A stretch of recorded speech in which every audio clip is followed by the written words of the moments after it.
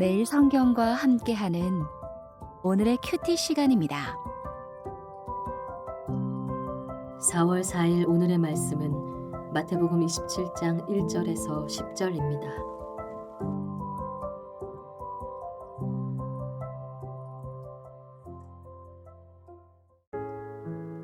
새벽에 모든 대제사장과 백성의 장로들이 예수를 죽이려고 함께 의논하고 결박하여 끌고 가서 총독 빌라도에게 넘겨주니라. 그때 예수를 판 유다가 그의 정죄됨을 보고 스스로 뉘우쳐 그 은 30을 대제사장들과 장로들에게 도로 갖다 주며 이르되 내가 무죄한 피를 팔고 죄를 범하였도다 하니 그들이 이르되 그것이 우리에게 무슨 상관이냐 네가 당하라 하거늘 유다가 은을 성소에 던져놓고 물러가서 스스로 목매어 죽은지라. 대제사장들이 그 은을 거두며 이르되 이것은 핏값이라 성전고에 넣어둠이 옳지 않다 하고 의논한 후 이것으로 토기장이의 밭을 사서 나그네의 묘지를 삼았으니 그러므로 오늘날까지 그 밭을 피밭이라 일컫느니라. 이에 선지자 예레미야를 통하여 하신 말씀이 이루어졌나니 일렀을 때 그들이 그 가격 매겨진 자 곧 이스라엘 자손 중에서 가격 매긴 자의 가격 곧 은 30을 가지고 토기장의 밭값으로 주었으니 이는 주께서 내게 명하신 바와 같으니라 하였더라. 고난주간 셋째 날입니다.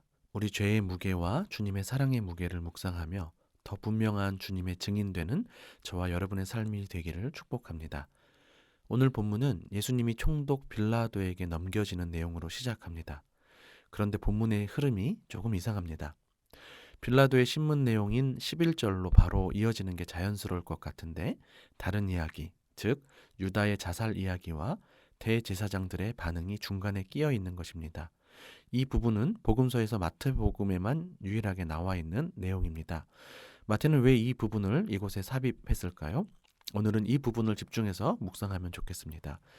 우선은 예수님의 죽음이 예수님의 잘못으로 인한 죽음이 아니라 무죄한 죽음이고 하나님의 말씀이 성취되는 죽음이었음을 드러내고자 한 의도였으리라 생각합니다. 가룟 유다는 자신이 무죄한 피를 팔고 죄를 범하였도다 라고 고백하고 있습니다. 대제사장들 역시 가룟 유다가 가져온 은 30이 부정한 핏값임을 알고 거룩한 성전에 둘 수 없다라고 하는데요. 이는 그들이 모두 예수님의 죄 없으심을 알았다는 것을 알려주는 것이죠. 결국 그 값으로 토기장의 밭을 사게 됩니다. 이것은 선지자 예레미야를 통해 하신 말씀이 성취된 것이라고 이야기하죠. 즉 예수님의 무죄성과 하나님의 주권성을 드러내고 있는 것입니다. 또 다른 이유도 있습니다. 마태는 유대인들을 대상으로 마태복음을 기록하고 있는데요. 그들에게 다시금 유대교의 한계와 실체를 다시금 직면하게 하기 위함이었던 것 같습니다. 자세히 살피진 않았지만 재판 과정에서 드러나는 유대교의 지도자들, 그들의 불법성과 일방성, 그리고 비열함과 거짓됨 등은 곳곳에서 확인할 수 있었을 것입니다. 4절에 보니 그것이 우리에게 무슨 상관이냐, 내가 당하라 라고 하면서 공범이면서도 모든 죄를 가룟 유다의 책임으로 떠넘깁니다. 그러면서 가룟 유다가 성소를 향해 던진 은 30을 부정한 돈이기에 성전에 둘 수 없다면서 부정한 사람으로 여겨지던 이방인의 묘지를 위해 사용합니다. 다른 이들을 부정하게 여기고 거룩한 성전을 위해 섬기는 자신들은 거룩하다고 인식하는 모습이 참 보기 민망하지 않습니까? 성전을 강도의 구렬로 삼아 자기 배를 배불리고 이러한 성전 시스템을 책망하는 참 성전이신 예수님을 죽이는 사람들이지 않습니까? 과연 누가 부정한 사람입니까? 성전의 거룩함은 지키려 애쓰지만 정작 사람의 거룩함에는 아무 효용이 없는 한계와 실체가 드러나는 것입니다. 특별히 죄의 문제를 바로잡는 데 철저히 무능한 모습입니다. 이렇게 마태는 이방 법정으로 넘어가기 전에 유대교의 위선적 실체를 폭로하고 있는 것입니다. 이제 마지막 세 번째 이유를 살펴보려 합니다. 빌라도에게 신문받는 내용이므로 바로 이어지지 않고 중간에 유다와 대제사장 이야기가 끼어있는 그 마지막 세 번째 이유이지요. 마태는 예수님의 무죄한 피값이 결과적으로 어떤 영향을 미치게 되었는지를 생각해 보도록 합니다. 사실 마태가 언급하고 있는 은 30으로 토기장이의 밭을 산 이야기는 스가랴서 11장 12, 13절에 더 밀접한 관련이 있습니다. 선한 목자를 헤아린 값 은 30을 성전의 토기장이에게 던지라는 내용이죠. 그런데 9절에 보면 예레미야를 통하여 주신 말씀이 이루어졌다라고 설명하고 있습니다.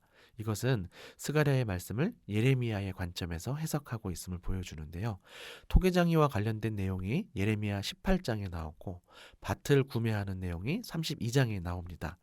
18장은 토기를 깨뜨리는 토기장이의 주권을 보여주고 있습니다. 이는 하나님이 아끼셨던 백성들일지라도 무지한 피를 흘린 그 부정한 피에 대한 책임을 피값으로 묻겠다는 것이죠.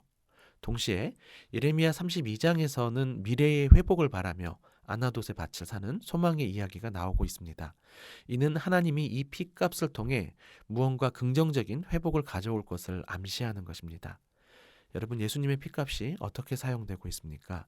부정한 이방인들의 묘지를 만드는 데 사용되고 있습니다. 즉, 부정한 이방인들을 위해 사용되는 것이죠. 마태는 이렇게 이 단락에서 예수님의 피값의 양면성을 보여주며 복음의 빛을 넌지시 비춰줍니다. 말씀을 맺겠습니다.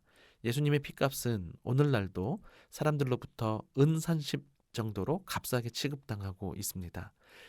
그러나 이 피값은 그 정도의 가치가 아니죠. 무죄한 자를 죽게 한 부정한 피값을 물어 심판을 가져오기도 하고 이 피의 가치를 아는 자들에게는 모든 죄를 사하여 구원을 얻게 하는 귀중한 값이 될 것입니다. 안타깝게도 가론 유다는 부정한 피값의 심판을 당합니다.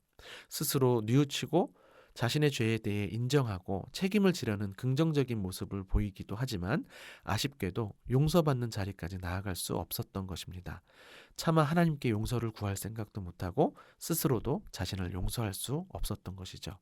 그러나 베드로는 예수 그리스도를 부인하고 저주한 정말 부정한 자였지만 그 피의 은혜로 용서를 받고 회복을 경험하게 됩니다. 뉘우침으로 머물지 않고 회개의 자리로 나아갑시다. 회개와 뉘우침은 어떤 차이가 있을까요? 뉘우침은 죄를 짓기 전에 자신에게 돌아가는 것이라면 회개는 우리를 용서하시는 예수님께 돌아가는 것입니다.